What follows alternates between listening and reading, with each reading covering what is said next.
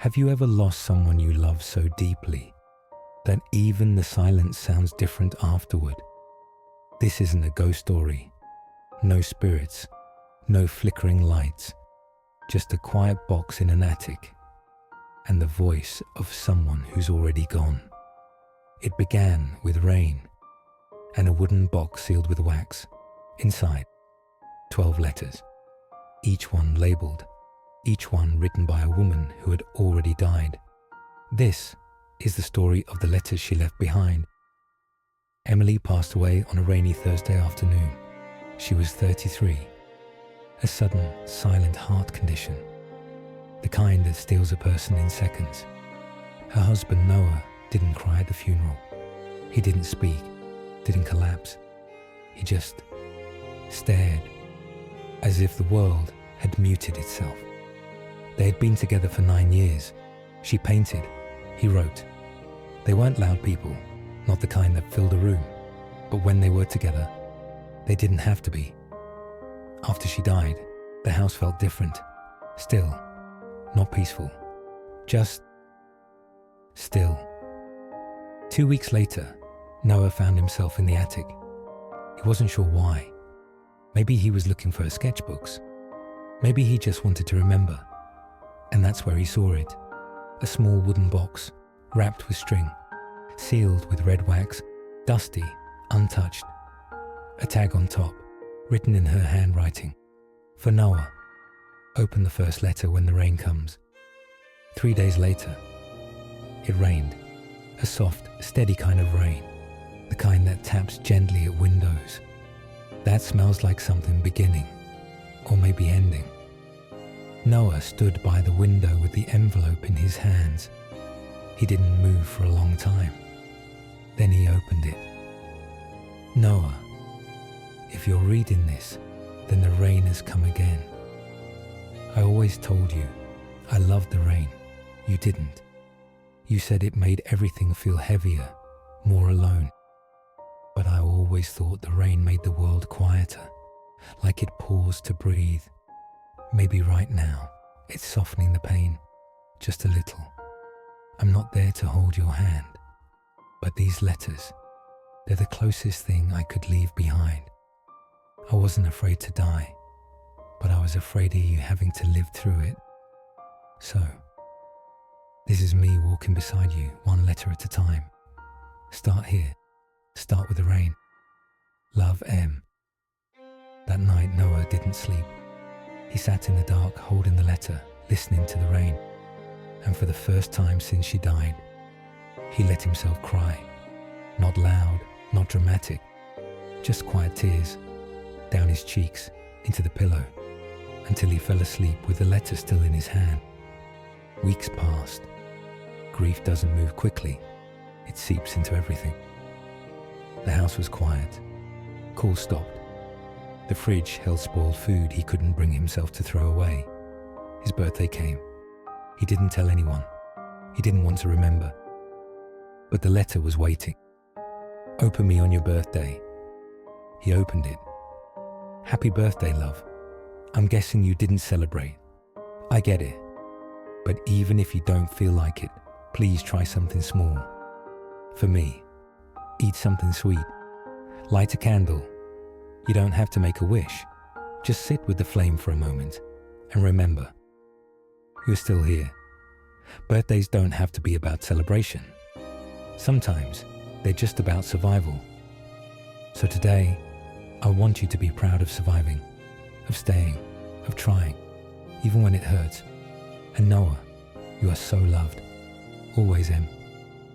He lit a candle. He didn't make a wish, but he sat with it. And for just 1 minute, he wasn't completely alone. Letter 3, when you feel like giving up. A month later, he quit his job. He stopped responding to messages. He couldn't paint, couldn't think, couldn't find the point. Everything felt empty. And then he saw it. When you feel like giving up. His fingers trembled as he opened the envelope. Noah.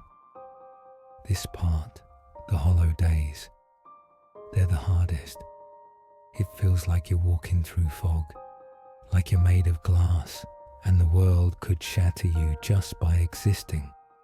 But listen to me, you are stronger than this pain, not because you can carry it forever, but because you are learning how to live beside it. You once told me you weren't strong, but I watched you love me through fear, through illness, through everything. You're more than strong. You're soft. You're kind. And that's a strength this world doesn't always recognize. Don't give up. Even if today feels unbearable, tomorrow isn't asking anything of you yet. Just breathe. One more day. Love, M. He walked outside that day, first time in weeks. He didn't say anything, didn't do anything. He just let the wind move through him, like it was carrying part of the sadness away. Letter 4. When you're ready to know the truth. One letter sat unopened longer than the rest. When you're ready to know the truth. He avoided it. What truth? Then one night, months later, he dreamt of her. She smiled. She didn't speak. When he woke up, he opened the letter. My Noah, there's something I never told you. Something I was afraid would change the way you saw me. Or us. I knew I was sick before I met you. The doctors gave me 5 years at most. I didn't think I'd live to 30. But then you walked into my life, and for the first time, I wanted to forget the time limit. You gave me something stronger than fear. You gave me love. I chose not to tell you because I didn't want pity. I didn't want sadness woven into every moment. I wanted our time to be real, light, beautiful. I hope someday you can forgive me for keeping that from you. And I hope, even more, you'll understand why I did. He didn't cry. Not this time. He smiled, closed his eyes, and whispered, "Thank you."